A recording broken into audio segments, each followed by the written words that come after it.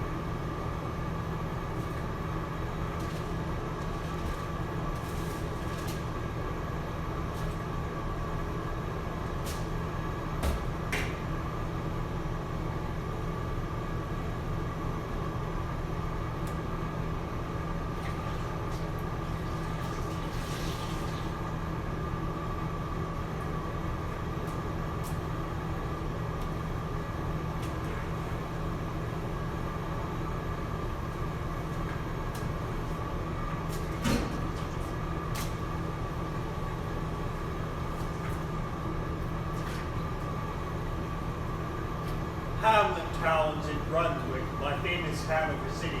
The river Western, deep and wide, washes its wall on the southern side. A pleasanter spot you've never spied. But when begins my ditty, almost 500 years ago, to see the townsfolk suffer so from vermin was a pity. Rats, they fought the dogs and killed the cats, bit the babies in the cradles, and ate the cheeses from the vats, and licked the soup from the cook's own ladles. Split open the kegs of salted sprats, made men's Sunday hats, and even spoiled the women's chats by drowning out their speaking with shrieking and squeaking in 50 different sharps and flags. Alas, the people in a body to the town hall came flocking. "'Tis clear," cried they, "our mayors and naughty. And as for our corporation, shocking to think we buy gowns lined with ermine for dolts who can't or won't determine what's best to rid us of our vermin. You hope because you're old and obese to find in the furry civic robes ease. Rouse up, sirs, give your brains a racking, find the remedy you're lacking, or sure as fate will send you packing. At this mayor corporation quaked with a mighty consternation. An hour they sat in council. At length the mayor broke silence. For a gilder eyed my ermine gown sell. I wish I were a mile hence. It's easy to bid one rack one's brain. I'm sure my poor head aches again. I scratch it so, but all in vain. Oh, for a trap, a trap, a trap. Jissy said this what should have. At the chamber door, but a gentle tap. Bless us, cried the mayor, what's that? It's the corporation, as he sat, looking little through wondrous fact. Nor brighter were his eyes, nor moister, than a too long open oyster. Save what I knew his paunch grew mutinous, for a plate of turtle green and glutinous. Only a scraping of shoes on a mat. Anything like the sound of a rat makes my heart go pit-a-pat. Come in, cried the mayor, looking bigger, and in did come the strangest figure. His long queer coat from heel to head was half yellow and half red, and he himself was tall and thin, with sharp blue eyes, each like a pin, and light loose hair and swarthy skin, nor tuft of hair on cheek nor beard on chin, but lips where smile went out and in. There was no guessing his kith or kin, and nobody could enough admire this tall man in his quaint attire. Quoth one, it's as my great-grandsire, starting up at the trump of doom's tone, had walked this way from his painted tombstone. He advanced towards the council table. Please, your honor, said he, I am able, by means of secret charm to draw, all the creatures living beneath the sun, to crawl or swim or fly or run, after me so as you never saw. And I chiefly use my charm on creatures that do people harm, the mole and toad and newt and viper, and people call me the Pied Piper. And here they notice round his neck a scarf of red and yellow stripe, matched with his coat the self-same check. That scarf's end on the pipe, his fingers they notice were ever straying, as if impatient to be playing upon this pipe, as low it dangled over his vesture so fangled. Yes, said he, Pied Piper as I am, in Tartaria friends found, last June from his huge swarms of gnats. I eased in Asia the nigh am, of a monstrous brood of vampire bats. And as for what your brain bewilders, if I rid your town of rats, will you give me 1,000 guilders? 50,000 was the exclamation, an astonished mayor and corporation. Into the street the piper stepped, smiling first a little smile, as if he knew what magic slept in his quiet pipe a while. Like a musical adept to blow his pipe his lips he wrinkled, and green and blue his sharp eyes twinkled, like a camera flame where salt is sprinkled. And ere 3 shrill notes the pipe uttered, he heard as if an army muttered, and the muttering grew to a grumbling, and grumbling grew to a mighty rumbling, and out of the houses came the rats tumbling. Great rats, small rats, lean rats, brawny rats, brown rats, black rats, gray rats, tawny rats, grave old plotters, gay young friskers, fathers, mothers, uncles, cousins, cocking tails and pricking whiskers, families by tens and dozens, brothers, sisters, husbands, wives, followed the Pied Piper for their lives. From street to street he piped advancing, and some for some they followed dancing, until they came to the river Weser, where it all plunged and perished, save one whose stout of Julius Caesar swam across limp to carry, as he the manuscript he cherished, to Ratland home his commentary, which was, at first shrill notes of the pipe, I heard a sound as of scraping tripe, and putting apples wondrous ripe, into the cider presses gripe, and moving away pickle tub boards, and leaving a jar of constant cupboards, and drawing the corks of trail fast, and bringing hoops of blood past, it seemed as if a voice sweeter far than my heart that my soul breathed, called out, oh rats, rejoice, the world has grown to a vast dry saltery. So munch on, crunch on, take your nunch on, breakfast, supper, dinner, lunch on, and just a bulky sugar punch on, already stayed like a great sun shone, gracious scarce an inch before me, just as we thought it said come bore me, I found the Weser rolling over me. You should have heard the hammer people ring the bells as they rock the steeple. Go, cried the mayor, get long poles, poke out the nest and block up the holes, consult with carpenters and builders, and leave in our town not even a trace of the rats. when suddenly up the face of the piper perked in the marketplace. First, if you please, my 1,000 guilders. 1,000 guilders? The mayor looked blue, so did the corporation too. For council dinners made rare havoc with Claret, Moselle, Fin de Gras, Hawk. And half the money would replenish their son's biggest pot of Rhenish. To pay this sum to a wondering fellow, the gypsy coat of red and yellow. Besides, quoth the mayor with a knowing wink, our business was done at the river's brink. We saw with our eyes the vermin sink. What's dead can't come to life, I think. So, friend, we're not folks to shrink from our duty of giving you something to drink, and a matter of money to put in your poke. But as for the guilders, what we spoke of them, as you well know, was a joke. Besides, your losses have made us thrifty. 1,000 guilders, come take 50. The piper's face fell and he cried, no trifling, I can't wait beside. I promised a visit by dinner time Baghdad, and accept the crime the head cook's potage. All he's rich in, for having left in the Caleb's kitchen, of a nest of scorpions, no survivor. With him I proved no bargain driver, with you don't think I'll bait a stiver. Folks put me in a passion, may find me pipe after another fashion. How, cried the mayor, do you think I brook, being worse treated than a cook? Insulted by a rival, with idle pipe and vesture piebald. Threaten us, fellow, do your worst, blow your pipe there till you burst. Once more he stepped into the street, to his lips again laid his long pipe with smooth straight cane. And there he blew 3 notes, such sweet soft notes as if musicians cunning never gave the raptured air. There was a rustling that seemed like a bustling, and merry crowds justling and pitching and hustling, small feet were pattering, wooden shoes clattering, little hands clapping, little tongues chattering, like foals in the farmer and barley is scattering. Oh, came the children running, all the little boys and girls, with rosy cheeks and flaxen curls, sparkling eyes and teeth like pearls, tripping and skipping around merrily after. The wonderful music was shouting and laughter. The mayor was dumb and the council stood, as if they're changed in the blocks of wood, unable to move a step or cry, to the children merrily skipping by. Could only follow with an eye that joyous crowd at the piper's back, and how the mayor was on the rack. The wretched council's bosom beat as the piper turned from the high street, to where the west rolled its waters, right in the way of their sons and daughters. How he turned from south to west, into Copperberg Hill his steps dressed, and after him the children pressed. Great was the joy in every breast. They never crossed the mighty top. He's forced to let the piping drop, and we shall see our children stop. When lo, they reached the mountainside, the wondrous portal opened wide, as if a cavern was suddenly hollowed. The piper advanced, and the children followed. When all were in at the very last, the door in the mountainside shut fast. Did I say all? No, one was lame, who could not dance a whole of the way. And then after years, if you blame the sadness he was used to say, it is dull our town since my playmates left. I can't forget that I'm bereft of all the pleasant sights I see, which the piper also promised me. For he led us, he said, to a joyous land, joining the town in jest at hand, where waters gushed and fruit trees grew, flowers of forth a fairer hue, and everything was strange and new. The sparrow was bred a peacock here, our dogs are brown our fellow deer, and honeybees had lost their stings, and horses were born with eagle's wings. Just as I became assured, my lame foot would be speedily cured. The music stopped, and I stood still, and found myself inside the hill, left behind against my will, to go now limping as before, and never hear of that country more.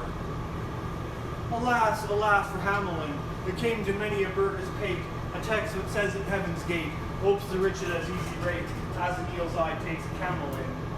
The mayor said east, west, north, and south, to offer the piper by word of mouth, wherever was men's lot to find him, silver and gold to his heart's content, if only he returned the way he went, to bring the children behind him.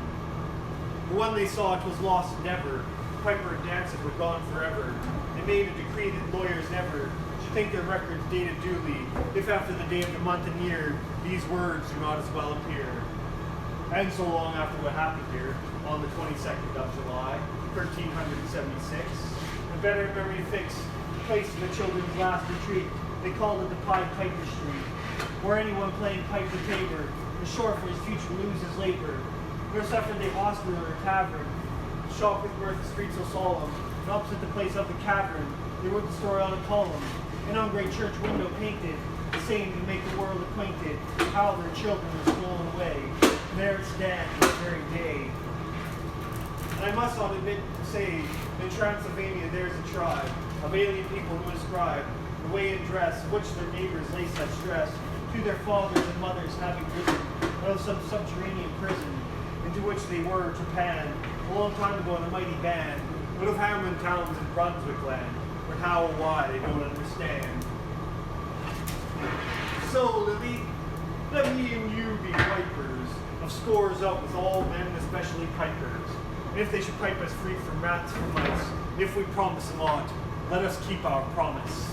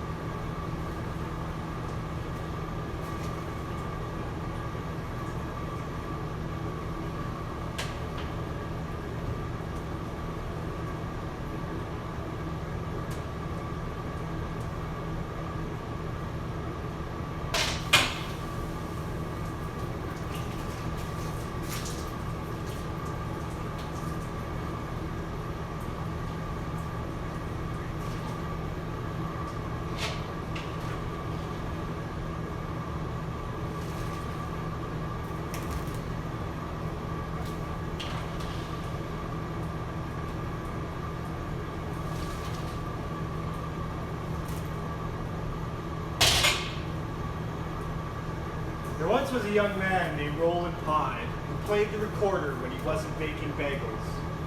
One day he was walking through a park and playing his recorder to rest a while from all his baking, when suddenly he spied a corpse lying on the ground beneath a swarm of flies. He put down his recorder, walked over to the corpse, shooed the flies away, and covered the dead man with stones. Returning to his oven later that day, he found that his oven blade had gone on by itself and already baked half the bagels he needed. From that day on, Roland Pine was the happiest baker alive. He'd bake until he was tired, then he'd pull his recorder out of his pocket while his oven blade went on by itself. But Roland Pine lived in a town whose mayor did not admire his skill and was jealous of his fame. So the mayor devised a plan to rid the town of Roland. In the beginning, he said that Roland was a good worker, but lazy. Next, he said that Roland baked a whole lot, but badly. Then he accused Roland of being a sorcerer, and the people turned on him. Therefore, Roland Pine took his recorder and left his home behind. When Roland Pine came to a neighboring town, he went to all the business owners, but none of them would give him any work. Finally, he met an old busker and asked him for work to keep body and mind together. "Come along with me," said the old man. "We will share all this." So Roland Pine, the old man, started going around and singing, "Baker, why do you bear those silent things? Baker, how did you forget to stand with your feet up? Baker, no woman loves you well. Old Lord is golden and good for a house. Baker, you are too dirty for a lover to twist the cream. Your limbs are the knots of cords of an old-fashioned machine. Baker, line the rings and bash the boards. You don't need their applause for a thing that is yours. You are a baker and are what you are, not by a miracle, but by the work of your arms. Baker, be who you are." Everybody gave alms to the old man, but to Roland they said, "What is a young man like you out begging? Why don't you work for a living?" "Nobody will hire you," replied Roland Pine. "That's what you say. There is a king with so many hungry soldiers that he'll pay good wages to anyone willing to feed them." So Roland Pie went to the king's kitchen and took the old man whose alms had been sharing. The oven had never been used by anyone. Roland mixed the dough, then he rolled it into rings. Then he boiled them, pressed them with seeds, baked them until they're golden brown. Then he tossed them into a crate to cool down. Whenever Roland wearied of baking, he'd play his recorder. Once he was weary of playing his recorder, he'd sing, "Bake glad you bear those silent things. Bake how did you forget standard feet are. Baker no woman loves you well. Old oat is cold and good for health. Baker, you are too dirty for a lover to wish to cream. Your limbs are the knots and cords of an old-fashioned sheath. Baker line the rings of bashful boys. You don't need their claws for a thing that is yours. You are a baker, and are what you are, not by a miracle, but by the work of your arms. Baker, be who you are." Hearing the singing of Princess out the window, she saw Roland Pie and fell in love with him. If she was a princess and he a baker, the king would never consent to their marriage. So they decided to run away together. They fled at night in a boat. They were already on the high seas. And Roland remembered Buster. He said to his beloved, "We must fetch the old man, since he shared his office with me. We can't go on and leave him like that." At that very moment, the old man came up behind the boat, walking on the water as though it had been dry land. Reaching the boat, he said, "We agreed to divide everything we had, and I shared everything I owned. Now you have the king's daughter. You must give half of her to me." At this, he gave Roland Pie the knife to cut his bride in two. Roland Pie took the knife with a trembling hand. "You are right," he said. "You are perfectly right." He was on the point of cutting his bride in two, and suddenly the old man stopped him. "Stop! I knew you were a just man. I am the dead man, mind you, whom you covered with stones. Go now. May the two of you always be happy." At this, the old man walked away on the waves. The boat came to an island rich in all good things, with the princely palace waiting the newlyweds. The end. I need to go to the back to get a saw, because this blade is really, really dull.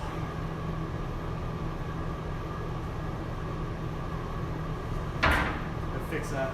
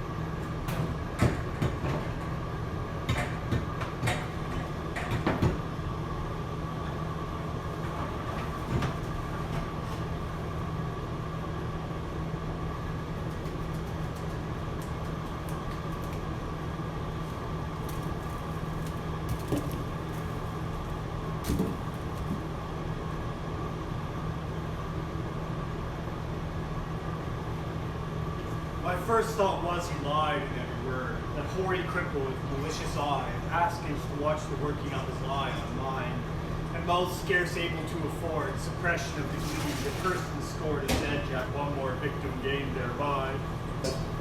What else should he be set for with his staff? What saved the waylay with his lies and snare? All travelers might find it posted there. And asked the road, I guess what skull-like laugh would break, what crutch can write my epitaph or pass them the dusty thoroughfare. If at his count I should turn aside and prolong this track which all agree hides the dark tower, yet acquiescingly I deterred as he pointed, neither pride nor hope rekindling at the end described, so much as gladness amend my plea. For what with my whole world wide wondering, what with my search drawn out through years, my hope dwindled into a ghost not fit to cope with that obstreperous joy success would bring.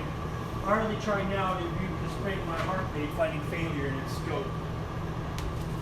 As a sick man very near to death seems dead indeed, and feels begin and end the tears, takes a farewell of each friend, and hears one bid the other go, draw breath freely around side. Since all is over, he saith, and the blow falling no grief it can amend. While some discuss if there are the graves be room enough for this, or when a day suits best for carrying the corpse away, with caribou banners, scarfs, and staves, and still the man hears all and only craves, he may not shame such tender love and stay. Thus I had for so long suffered in this quest, heard failure prophesied so oft being writ, so many times among the band of wit, the knights who two dark powers search address, but just fail as they see best, and all doubt now should I be fit. So quiet as despair I turned from him, that hateful cripple, out of his highway into the path he pointed. All the day being a dreary one at best, and dim was settling into its close, yet shot one grim red leer to see the plane catch the spray. For mark, no sooner was I fairly found, pledged the plane after a pace or two, then pause and throw backward a last view. Over the safe road 'twas gone, gray plain all round, nothing but plain with the horizons bound. I must go on, naught else remained to do. So on I went. I think I never saw such starved ignoble nature. Nothing throve, for flowers as well expect to cedar grow. With chortle and spurge according to their law, might propagate your kind with none to awe. You think a bird being a treasure trove. No penury inert to sing grimace, in some strange sort were the land's portion. See or close your eyes at nature peevishly. If nothing skills, I can't help my case. This last judgment's hardness clear this place. Callous on its claws and set my prisoners free. If there push me ragged, this is stalk above its meats, its head is chopped. The bends for jealous else. What made the holes and rents in the dog's harsh swords leaves? Bruises to walk, all hope of grievous. 'Tis a brute must walk, passion and life out with the brute's intense. As for the grass, it grew as scarce as hair and leprosy. Thin dry blades pricked the mud which underneath them heaved up with blood.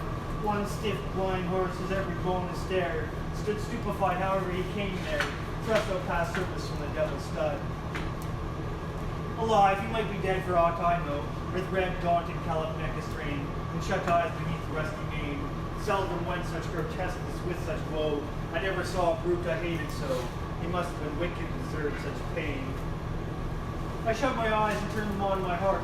As the man calls for wine before he fights, I asked one for one draught of earlier, happier sights. Or fit like an open plate part. Think first, fight afterward, the soldier's art. One taste of old times sets all to rights. Not it. I fancied Cuthbert's reddening face beneath its garniture of curly gold. Dear fellow, till I almost felt him fold. An arm in mine to fix me to that place. The way he used. Alas, one night's disgrace. How had my heart to be fire and left me cold. Giles, then, the soul of honor, there he stands, frank as 10 years ago, when knighted first. An honest man should dare, he said he durst. Good but the scene shifts. Fall with hangman's hand, finger his breast of parchment. His own band reads it. Poor traitor spit upon and cursed. Better this present than pass like that.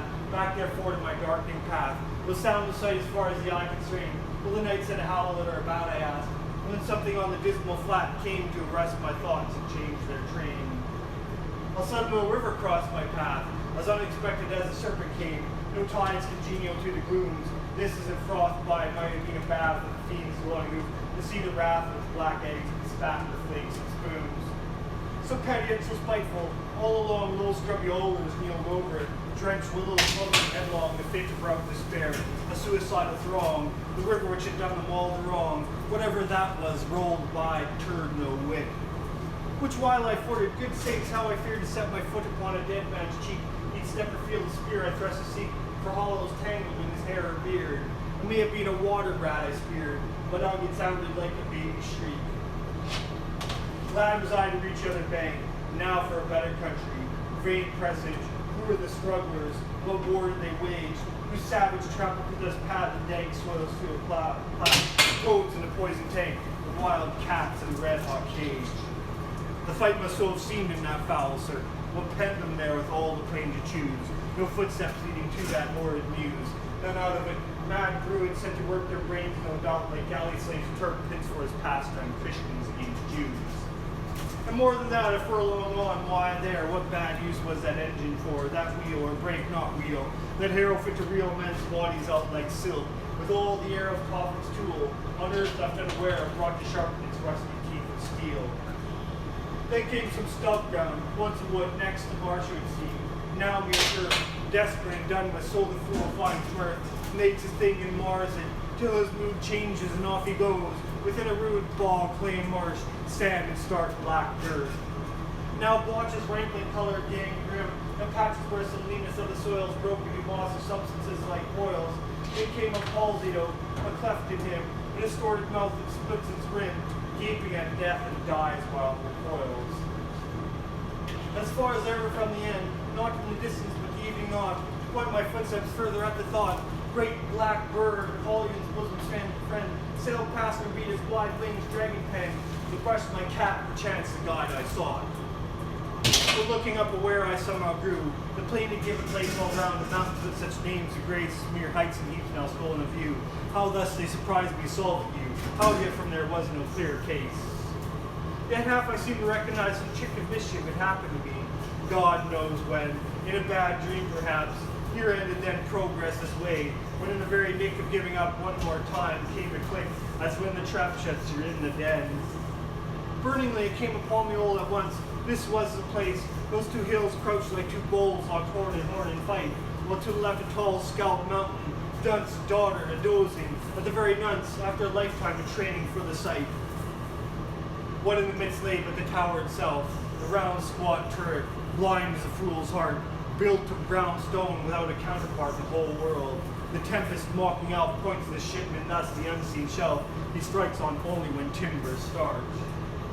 Not see, because of the night perhaps, why day came back for that. Behind it left a dying sunset, kindled through a cleft. The hills like two giants in the hunting lay, chin upon hand to see the game at bay, and a stab and end the creature to the heft. Not here, when noise was everywhere, it told, increasingly like a bell in my ears, names in my ears of lost adventures of my peers, how such was strong and such was bold, and such was fortunate, yet each of old, lost one moment now the woe of years. There they stood, ranged along the hillside met, to view the last of me, a living frame, for one more picture in a sheet of flame. I saw them and knew them all, and yet, dauntless, the slumber to my lips I set, the blue child Roland to a dark tower came.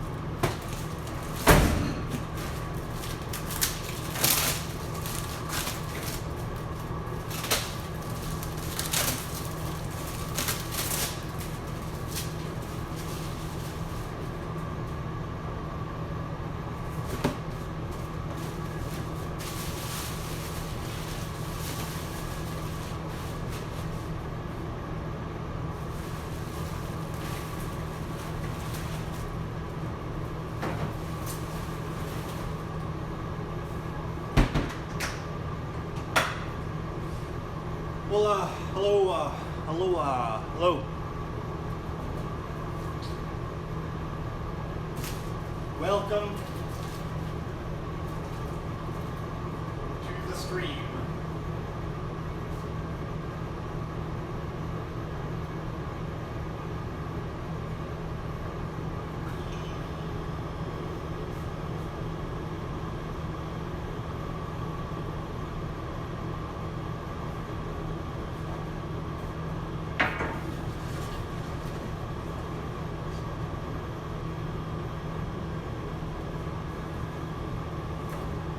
I'm making bagels.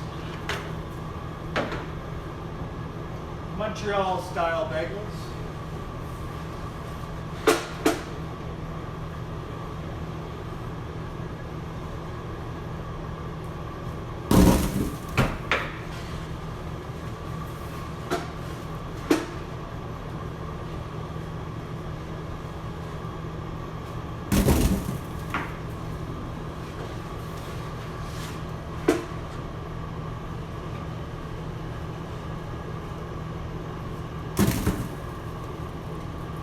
Right there.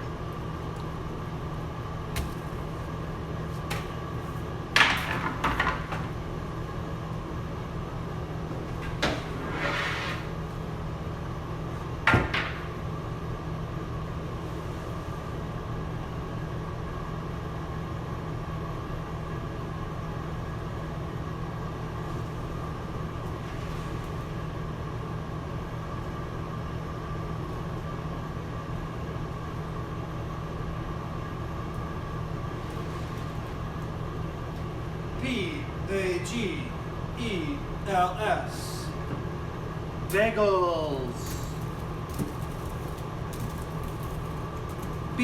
Bagels. Bagels.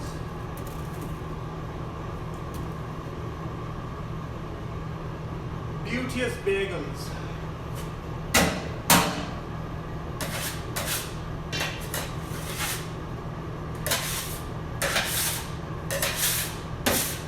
The man-made fruit.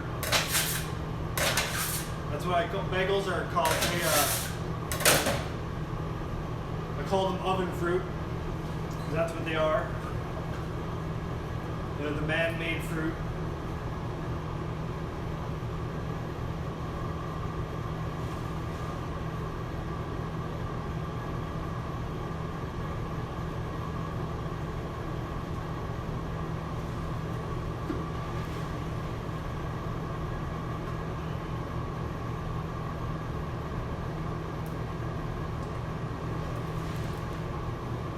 Already did that.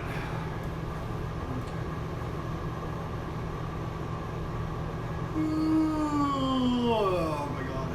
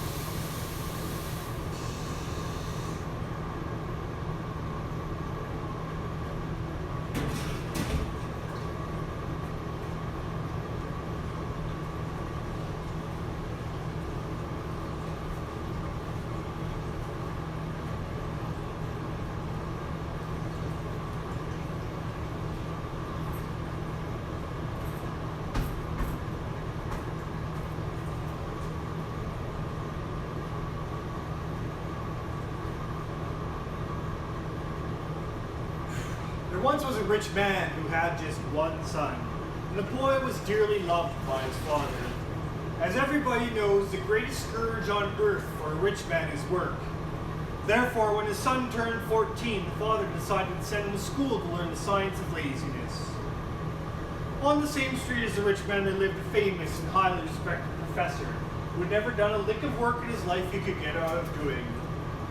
The rich man called on him and found him stretched out in the garden under a fig tree with a cushion under his head, a cushion under his back, and a cushion under his buttocks.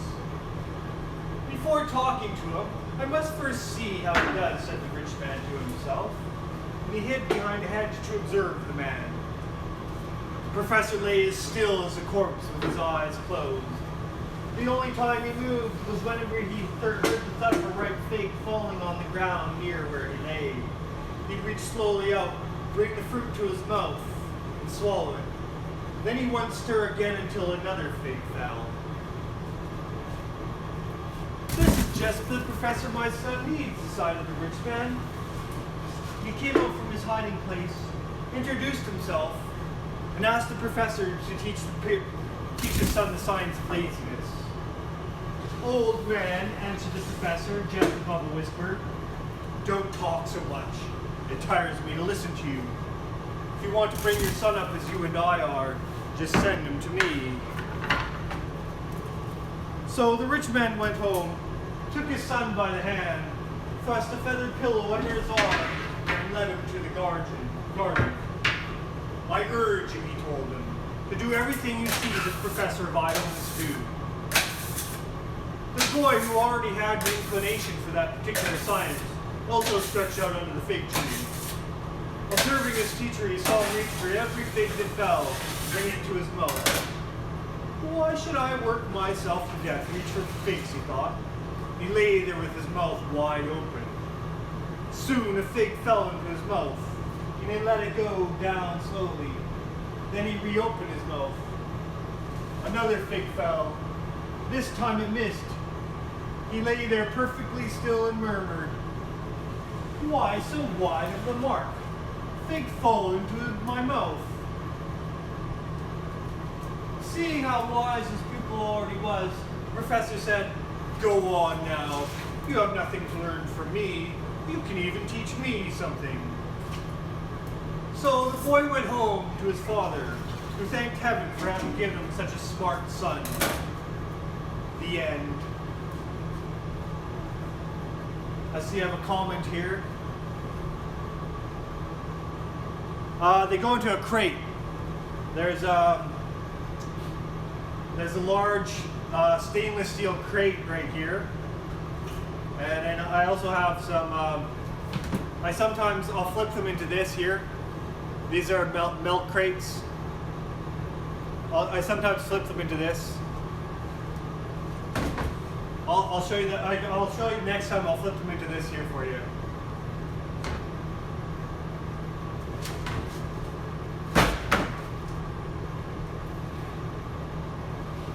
But yeah, there's a big stainless steel ramp that goes down here, and then there's a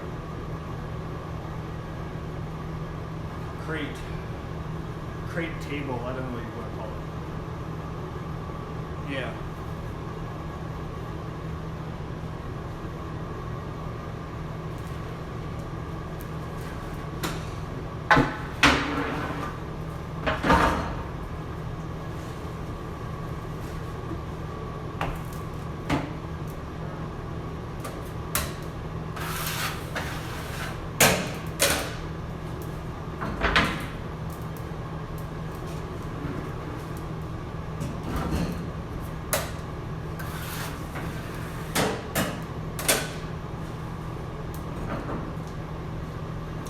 Let me read your comment here.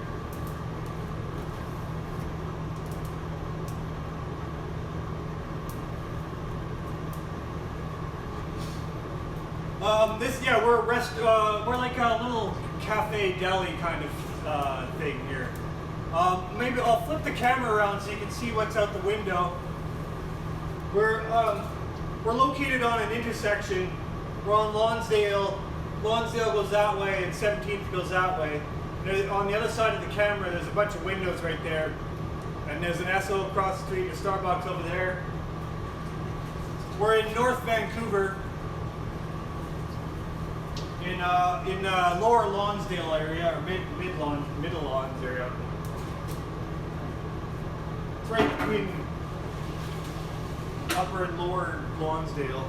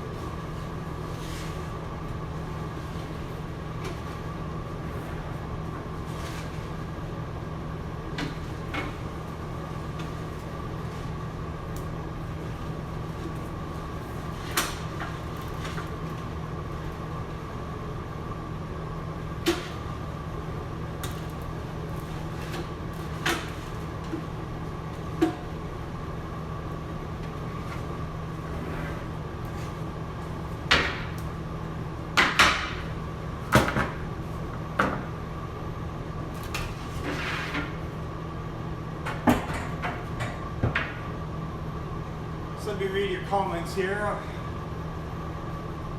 The camera's too far away. My screen's too far away. I can't read it. Oh, nice, Australia. Welcome. Yeah, we open at 7 o'clock.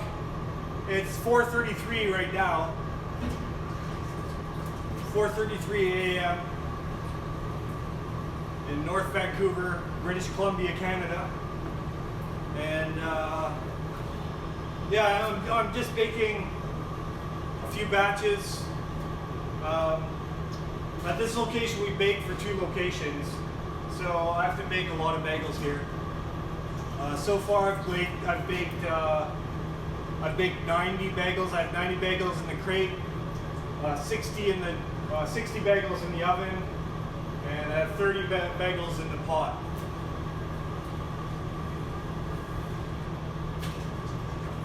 So I've baked about 180 bagels so far, and I'm gonna bake about 800 today. 800 bagels. I started at 2.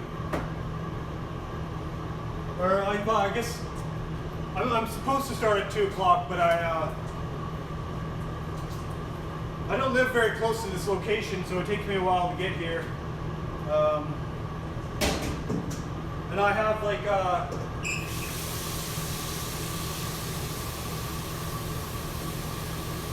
I have great difficulty getting up earlier than 2 o'clock. That seems to be my threshold for tolerance. If I have to wake up at 1:30, it's the worst. I don't like doing that. But so I don't work at this location very often. But yeah, I started at 2:30. So I've been working for about 2 hours now.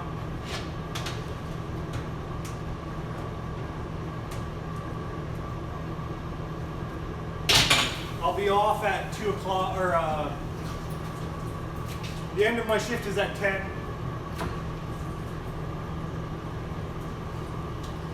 10:30 p.m. a.m. 10:30 a.m.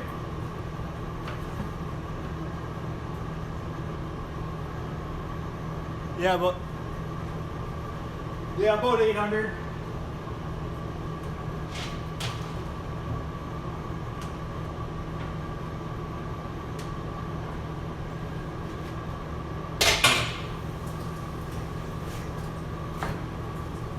And then we have a second baker who comes in after I'm finished. And the second baker bakes less than I do, but they do the cleanup. So.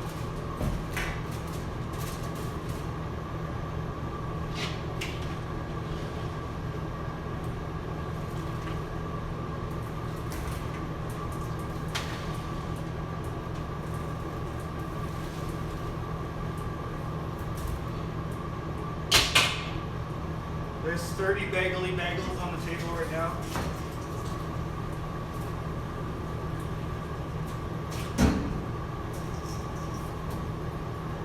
Steaming hot bagels.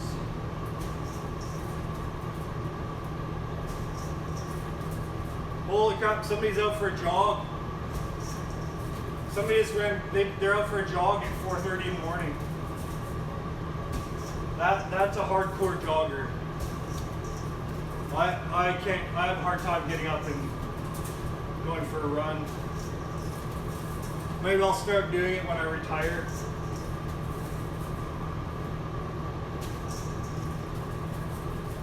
When I retire at Freedom 55. Freedom 55, bitch.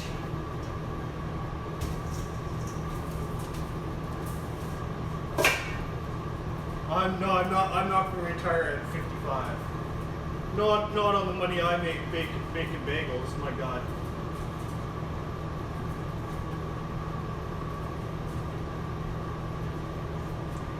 I should move to Australia and open up a bagel bakery in Australia, I think. That'd be awesome.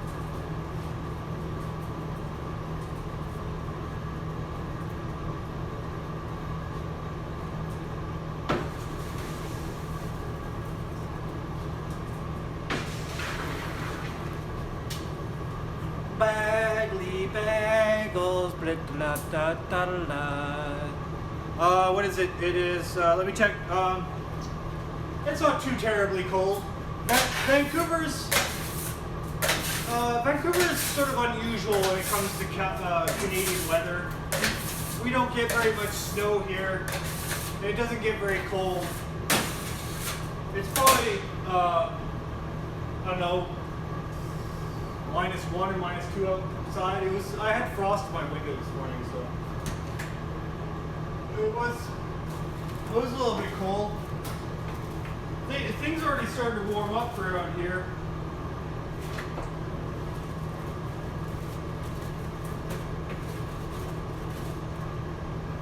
It's already starting to feel like spring.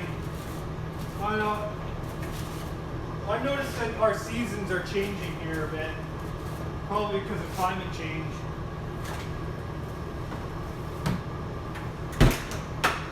Probably because of global warming.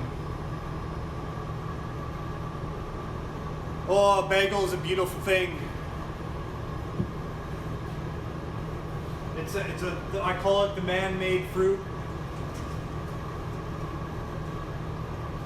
If only bagels grew on trees. That'd be a utopian world. Bagels growing on trees.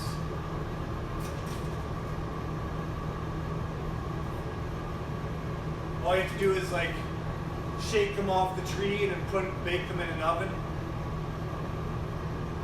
Good old oven fruit.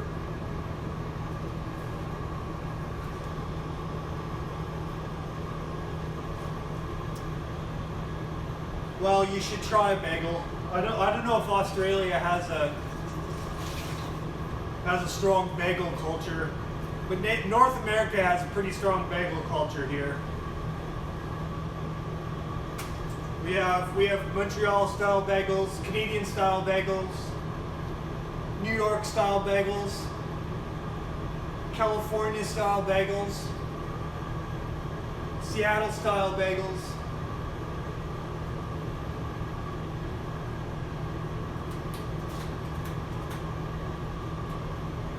Sure, there's San Franciscan bagels, San Diegan bagels. That's too bad.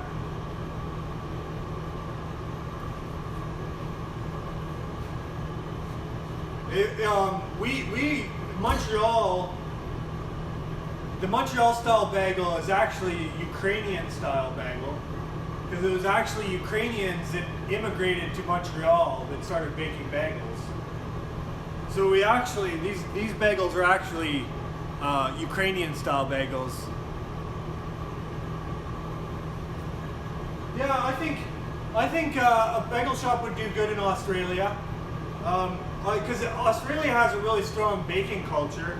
I think there's that company Baker's Delight, and they opened they have a franchise or a subsidiary here in Canada called Cobb's, and they make an amazing product. Yeah, Baker's Delight.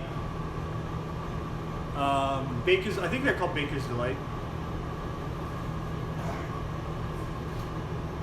And they have a subsidiary called Canadian subsidiary called Cobb's, and their bread is amazing. So they do it right. I actually worked for them for a short while.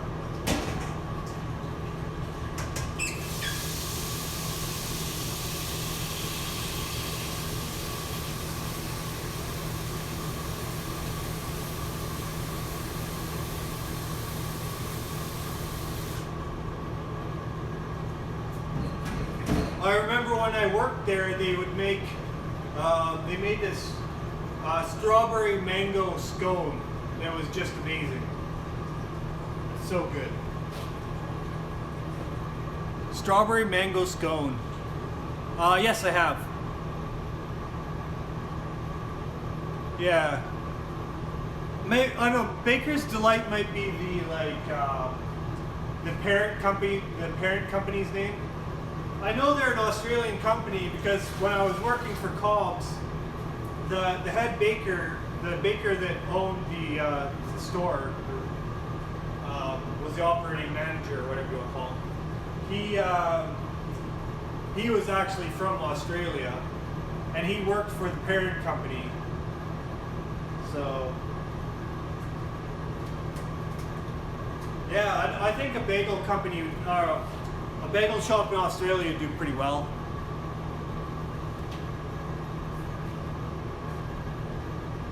I'll have to immigrate down there.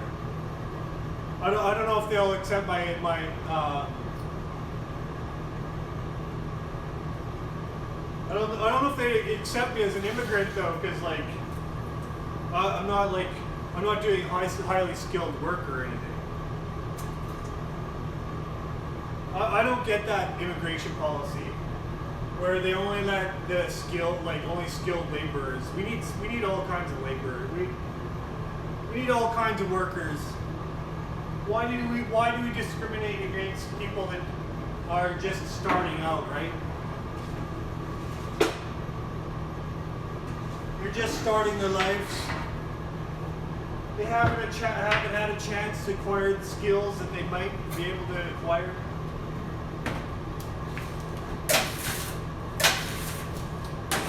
All that anti-immigrant bullshit. Suck it.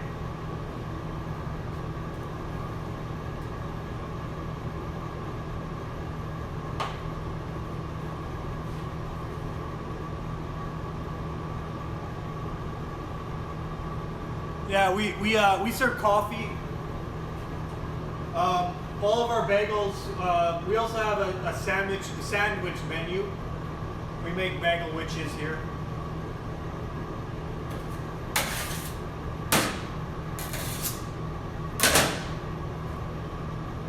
Bagel witches.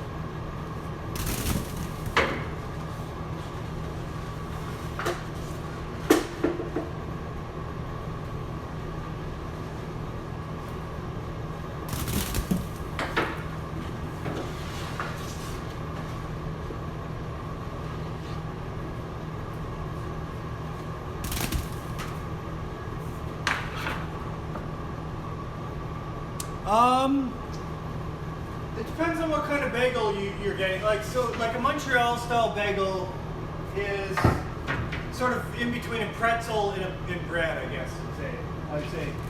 Whereas like it's closer to a pretzel. hard crust and then a sort of a soft, dense, chewy crumb. And then a New York style bagel has a soft crust and a soft crumb. So I think that's sort of the difference. Montreal style bagels are sort of like hard candies. They have like a Smartie, right? A Smartie has like a hard, crunchy, crisp shell, and then it has like a dense, delicious chocolate filling. That's how I look at a bagel. It has a hard crust with a chewy sweet crumb. A chewy sweet crumb.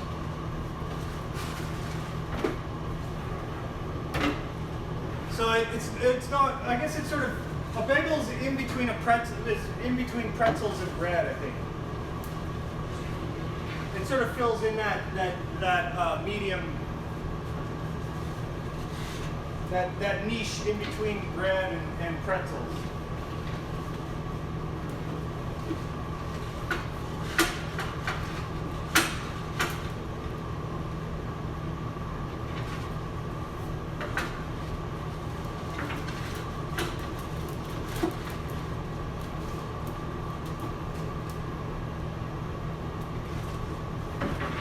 So when you bite into a properly baked bagel, you should have a crunch. There should be a crunch there. It should have it should be like biting into a cracker almost.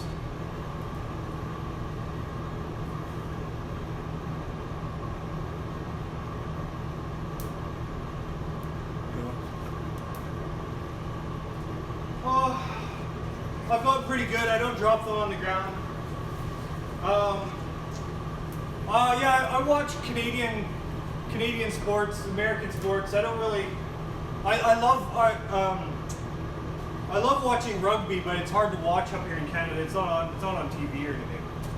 Yeah, I watch I watch NHL and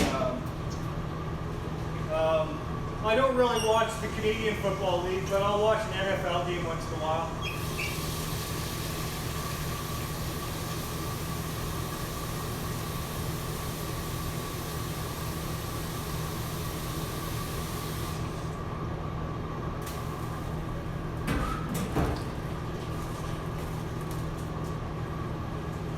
If I was an Australian, I'd probably watch rugby all the time. I love watching rugby. That looks like that's pretty intense sport.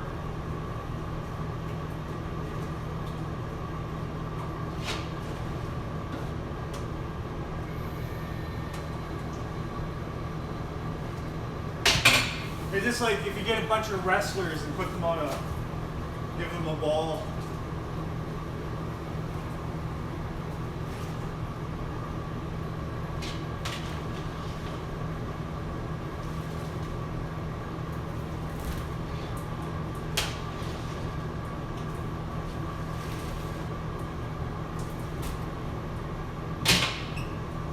I probably would have been a pretty good hockey player. I'm pretty good with the stick. Got pretty good aim. I'm too old now though. I'm not a very good skater either. So.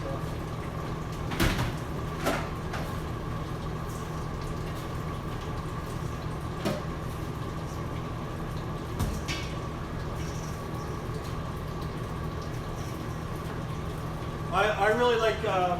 I'm more into like endurance sports like trail running and cross country skiing and mountain biking. Those are the kinds of things you do here in Vancouver.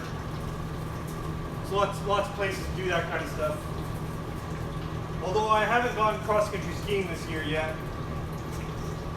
There's a really good place to go skiing. It's called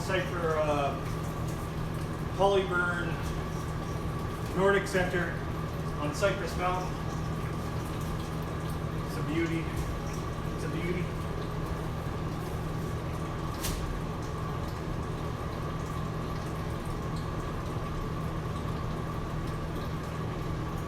Here, I'll show you a view of the street in a moment here. Just need to put these bagels in the oven. Take my gloves off. Probably have to take a batch out of the oven too.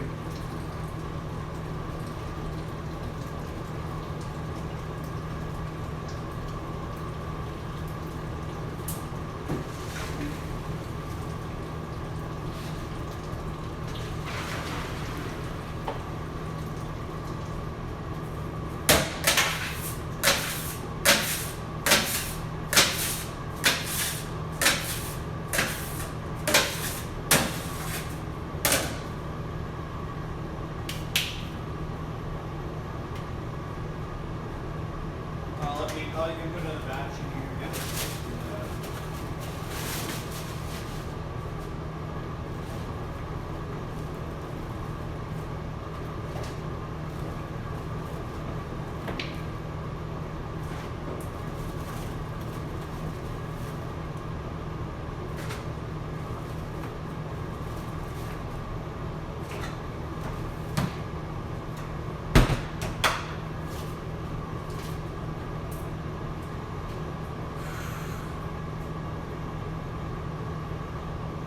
Oh really? Oh nice.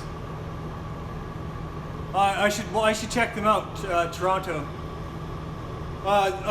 Vancouver has a football team, but I don't really watch football very often. So here, I'll show you the street view here.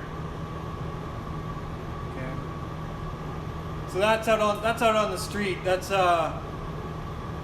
Lonsdale at 17th. There's a Starbucks across the street, and then Esso, and you can see that reflection is says hot Montreal smoked meat. That's what we put on our bagels, is hot Montreal smoked meat. So yeah, that's a Vancouver street for you there. A Vancouver intersection, a busy intersection in Vancouver, North Vancouver.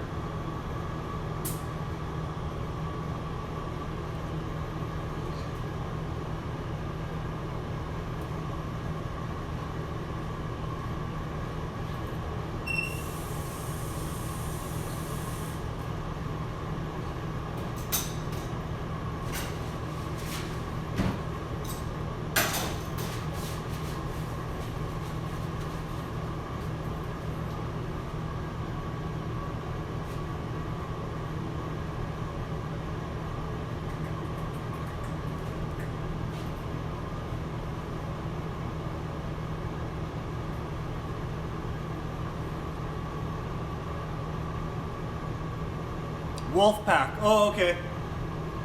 Oh, I think I've heard of them. I'll have to see if I can watch some games.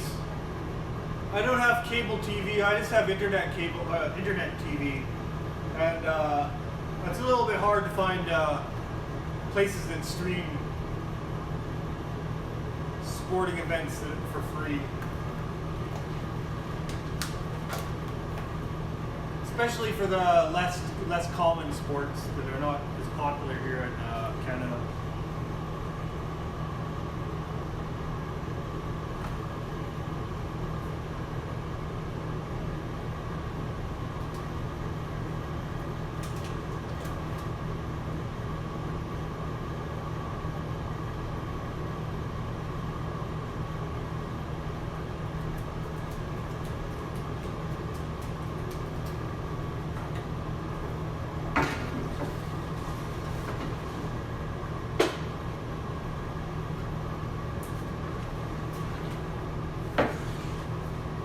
Yeah, maybe in 5 years I'll open a bagel shop in Australia. Get the hell out of this rainy city.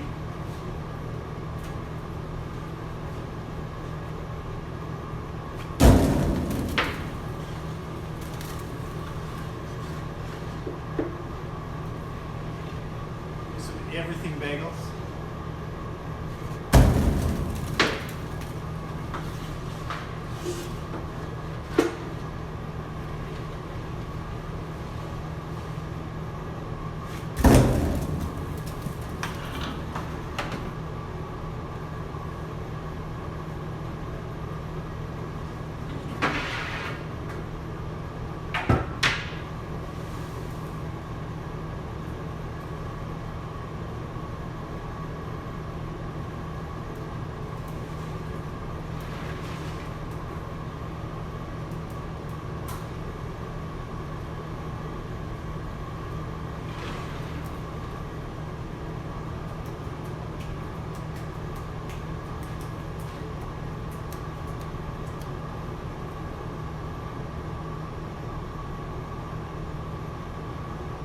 Holy smoke, 10 million.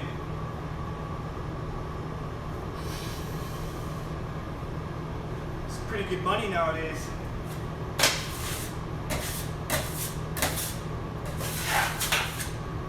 It's getting up there with hockey now.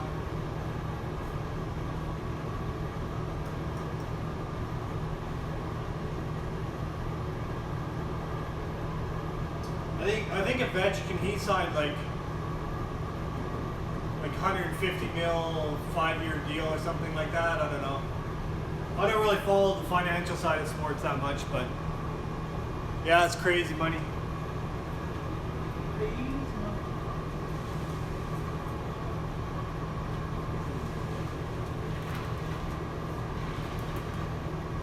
It's local.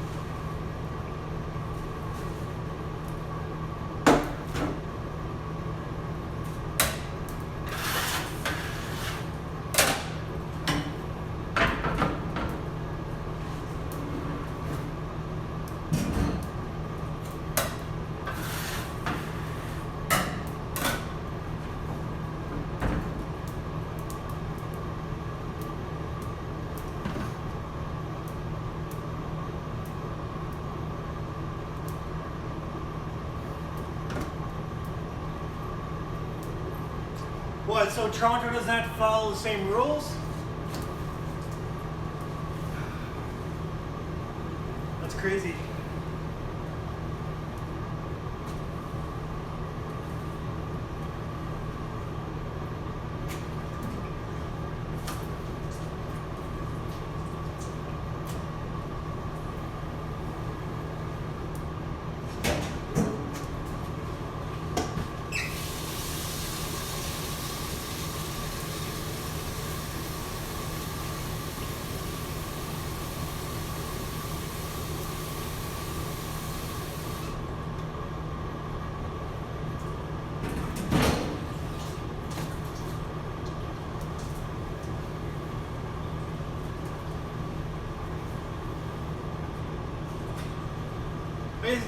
Australians like cricket too. I've never understood cricket. I don't understand cricket at all. It doesn't even look exciting. Oh, I see. Okay. Yeah, yeah.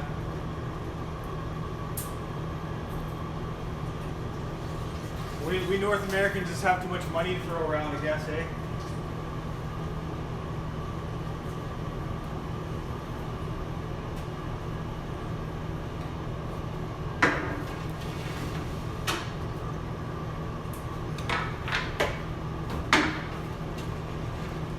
The All Blacks are New Zealand, right? Yeah, I think that's true.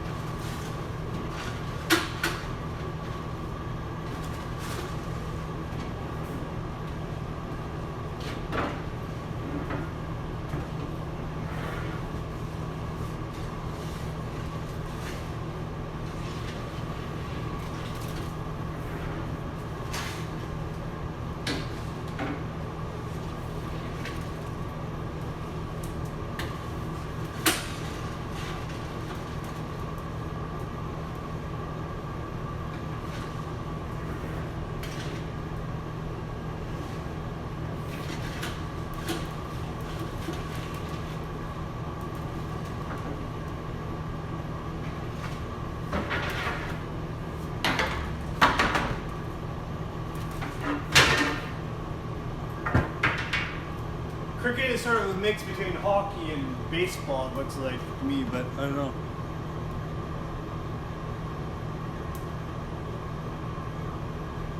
Oh yeah, yeah. No, I know cricket does. Yeah.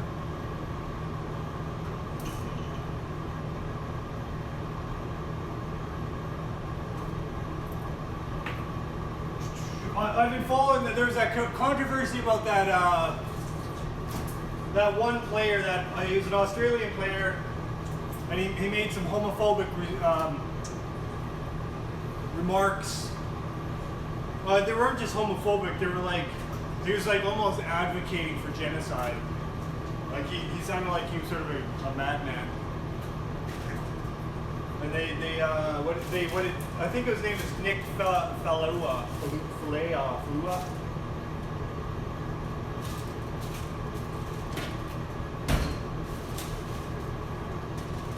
Nick something.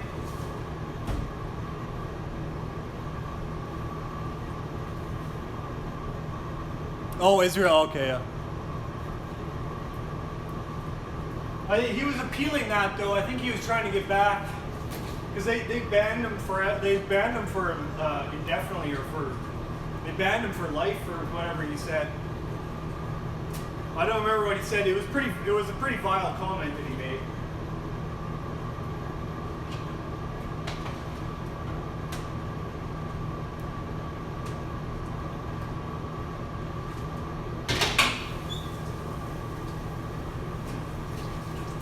But I guess he says he believes in God, so I guess it makes it all right that he can say vile things about other people. I guess that's what it means to believe in God. I don't know.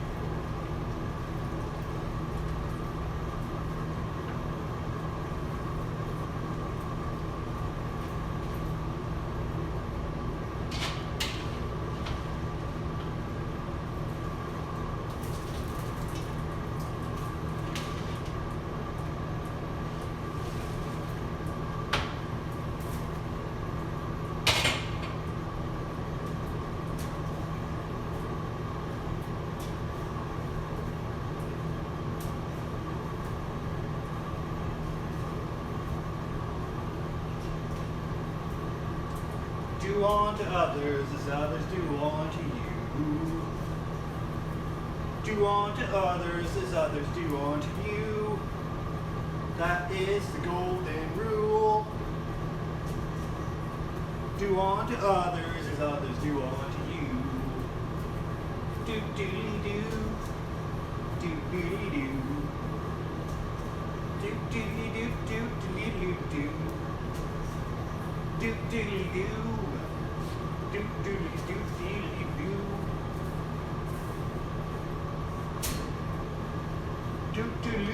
do do do do do do do do do do.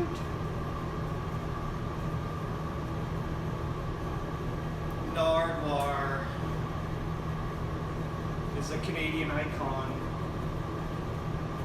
Do do do do do do.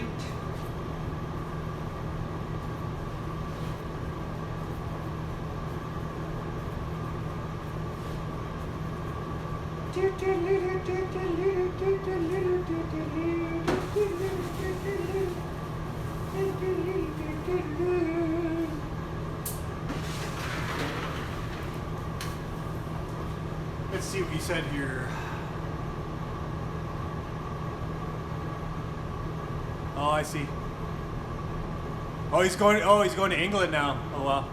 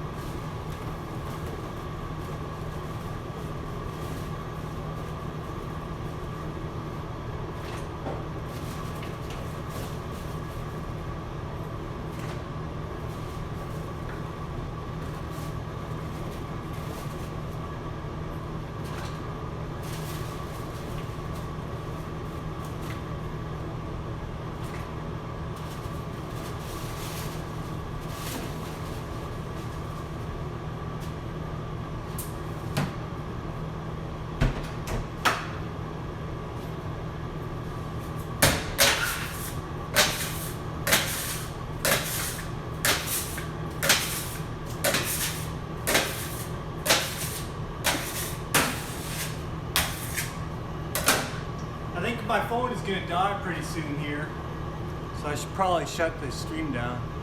Oh, really? You know of Nardwuar? Oh my God, Australians know about Nardwuar?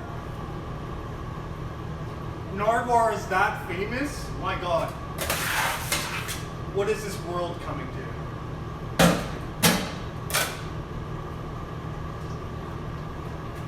I'm sure he probably interviewed Silverchair back in the day. That Silverchair is that Australian band that they were popular when Nirvana was around. Nirvana, a little bit after Nirvana. I can't think of any other Australian bands.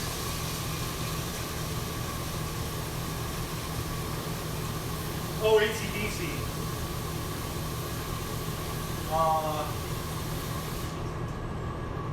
That guy that wrote "You're somebody I used to know" or whatever, Gotcha.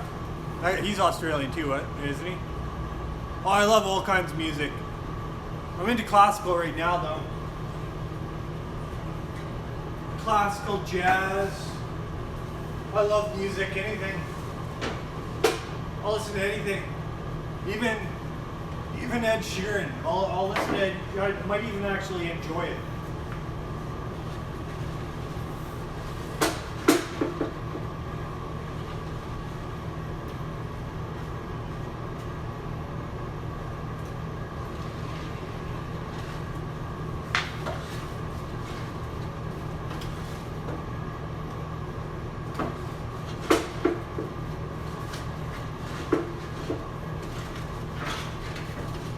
I was sort of, when I was growing up, I was a little bit of a metalista. Yeah, AC/DC is good stuff. Oh yeah, man. Rage Against the Machine, they're reuniting. I really want to go, but the tickets are really expensive. And I'm not a huge fan of concerts. So I don't know if I want to, I don't know. But Rage Against the Machine, man. That's like one of my number one all-time favorite bands of all time. I love that band so much. So, I don't know. I might have to shell out that $170. I don't know. They might have already sold out though. I gotta get on that. I guess I could drive down, if I missed the Vancouver show, I could probably drive down to Seattle.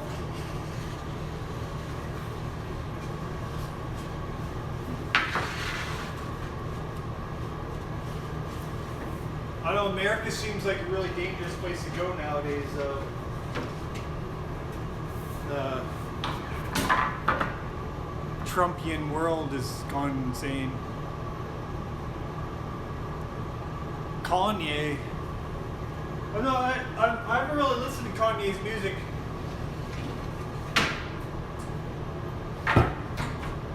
I guess, yeah, I like rap, but I don't listen to it very often. I really like Run the Jewels. They're gonna be they're touring with Rage Against the Machine. So I should probably just bite the bullet and pay the money, go to the concert. It's a once in a lifetime. Oh, nice.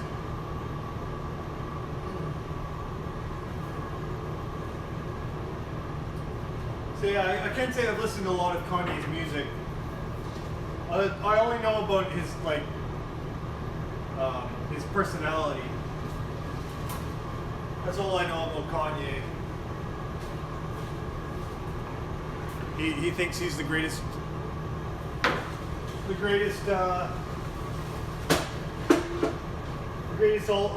artist of all time, or whatever. Whatever.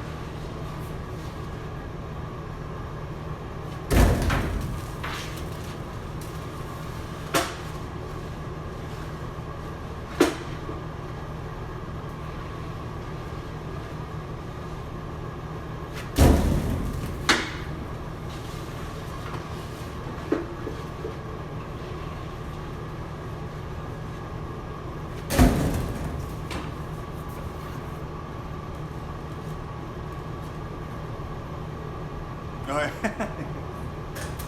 Well, he thinks he's the greatest artist of all time too, so. I'm pretty sure his opinion's the only one that matters.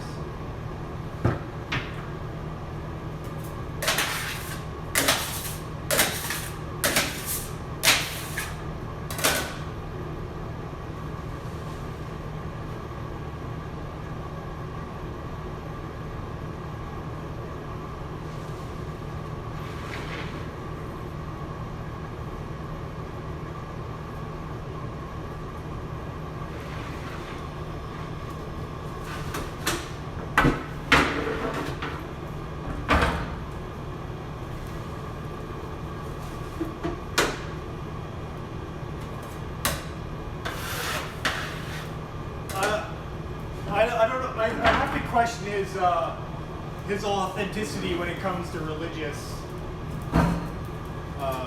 things, though. I do feel like he's sort of exploiting Jesus' name right now. Kanye is Lord.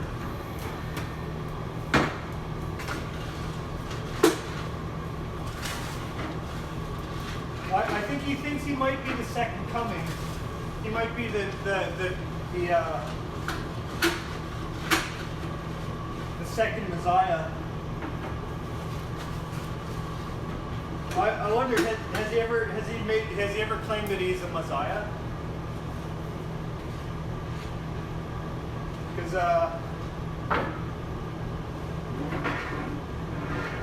he might be doing something there. Only madmen can be messiahs.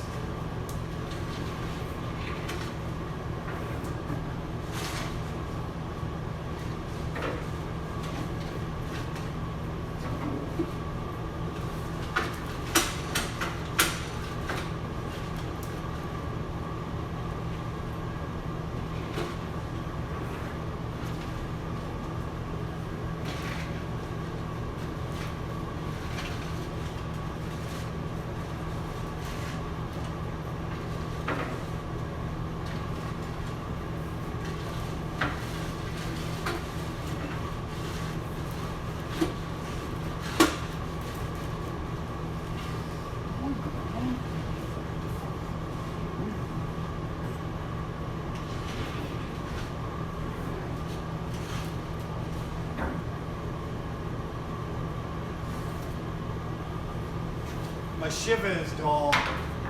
I hate having a dull Shiva. I'm gonna have to stop the stream. My phone is gonna die here pretty soon, so.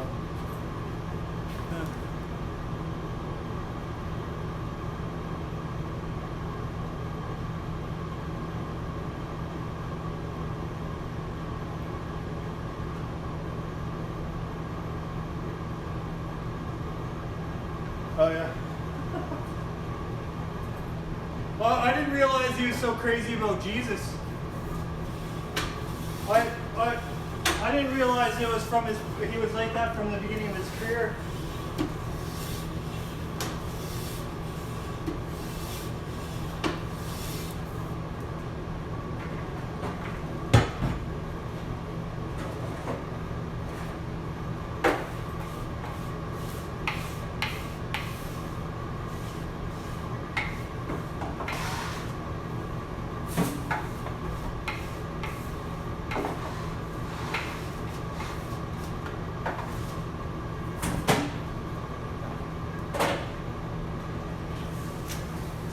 I just feel like he's name dropping when he talks about Jesus. He's just like, Jesus about my buddy. Me and Jesus are homies. We're like this. I hang with the J man in the Jehizzle.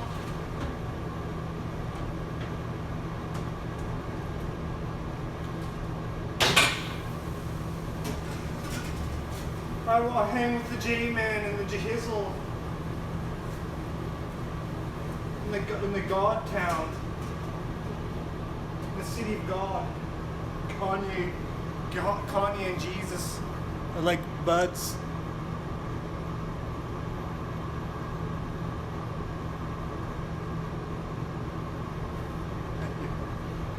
try to stream once a week. Usually on Thursday. I do work 5 days a week, but I find it hard to stream in the morning every day. Because I don't know why. I don't know why I find it hard. It should be easy. It's as easy as turning a camera on. I know. I'm just hard. Kanye obviously is where he is because he's a talented person. So I mean, you gotta give him that.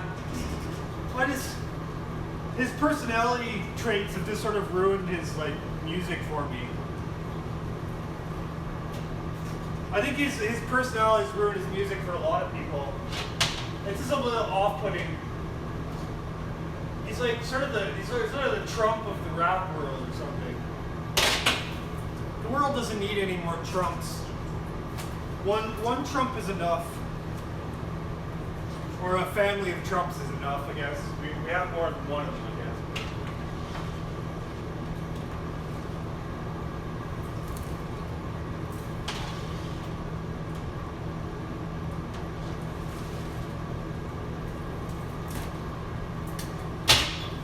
He's like the African American version of Trump.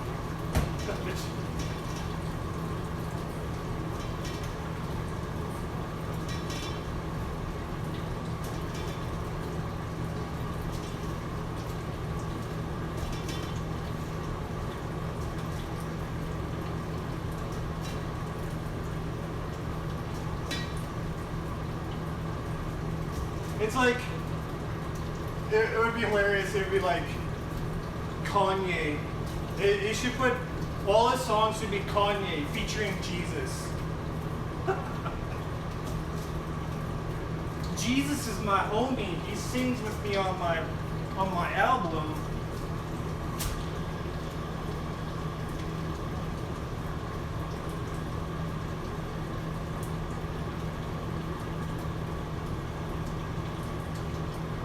G to the D is my homie.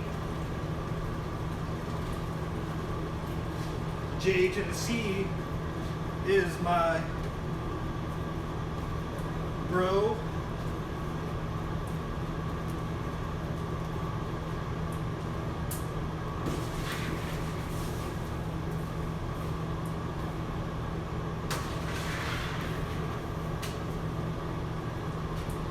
G to the D. Oh, really? Oh my god. Yeah, I know. Yeah. Yeah. Featuring God. Wow. Well, I didn't think you'd go that far, but well.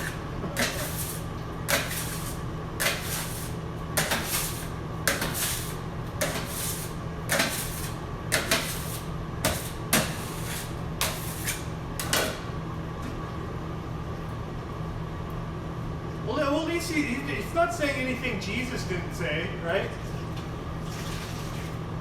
A lot of people think that Jesus was a pretty sane person.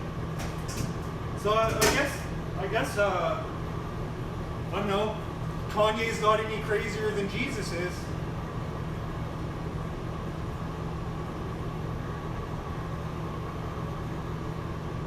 I bet Jesus would have wrote that song if he could have.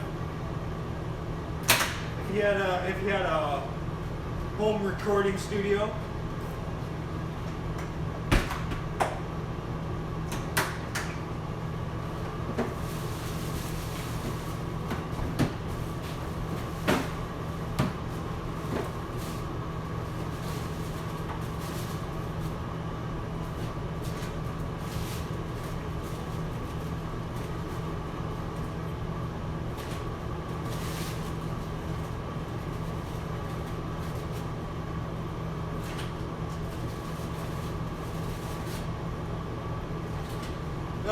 Kanye should do a video of him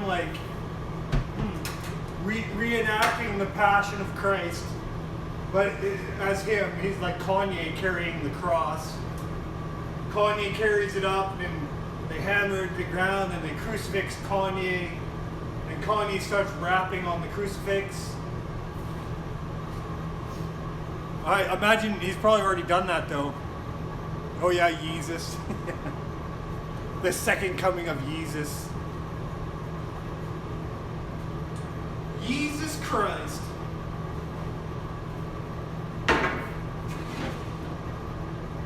Jesus Christ.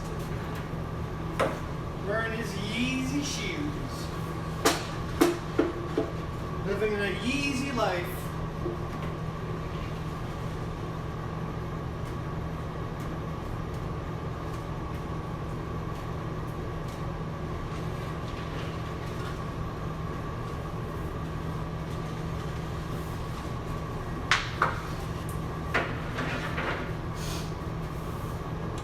I shouldn't bash Kanye. He's accomplished a hell of a lot more than I ever have in my life. So.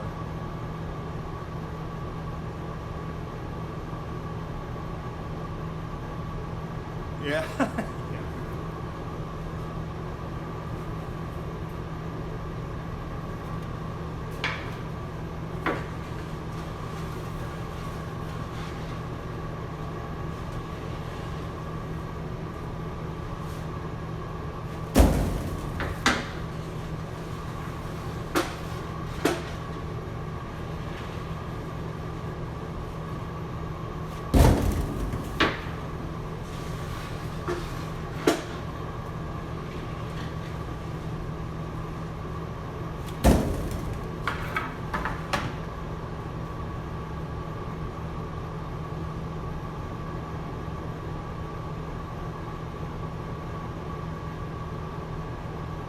Oh really? Oh my god.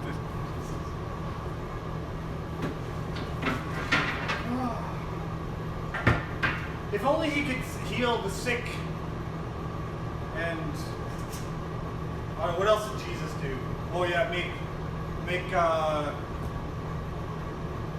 wine into water or water into wine, whatever, and feed a whole bunch of people with one loaf of bread, one fish. If only Kanye could do that, I might be a fan. But I've yet to see Kanye perform a miracle, so I'm not a believer in Kanye's messianic bona fides. Oh really? Wow, I haven't seen that.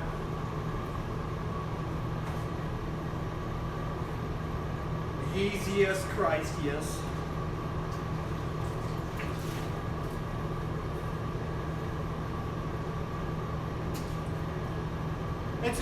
It's more likely that Kanye is the chosen one than Trump is. I have to give you that. I could see Kanye being the chosen one, but Trump, I can only see him being the Antichrist. So.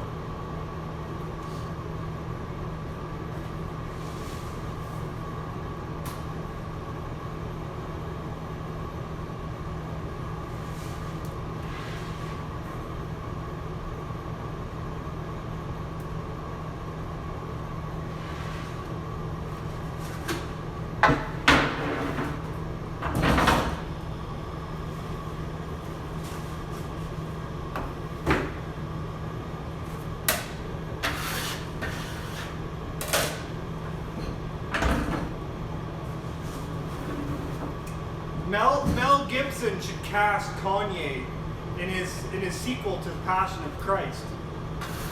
He should cast Kanye as Jesus. Man, that's a brilliant idea. I don't know why nobody's petitioning Mel Gibson to do that. I might actually go and see it. If Kanye starred, I'd be totally down with that.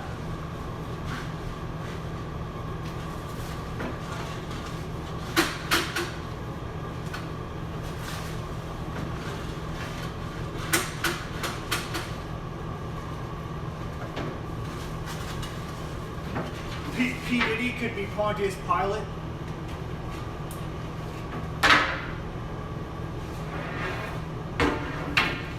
Colin York could be Judas.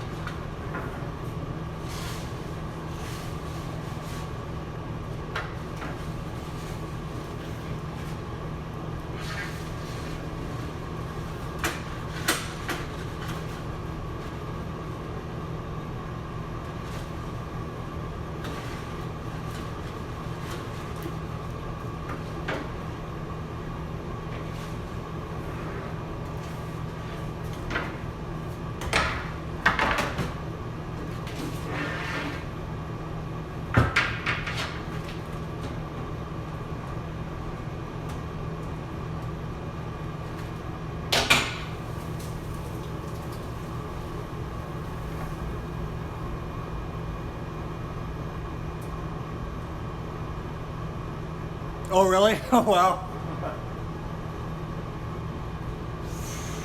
President Kanye. I don't know. There's not going to be much left after Trump is finished with it, so. There's not going to be much left of America after Trump. I don't know if we'll even be able to call it a democracy after Trump is finished with it. Bringing all of its institutions clean and firing all of the public servants and making them resign because it's so partisan and vindictive.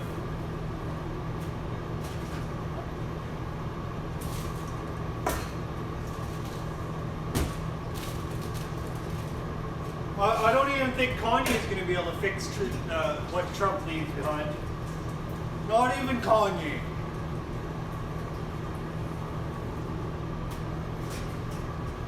Not even Kanye is going to be able to fix that mess. Kanye can do everything, but I don't think he can save the world.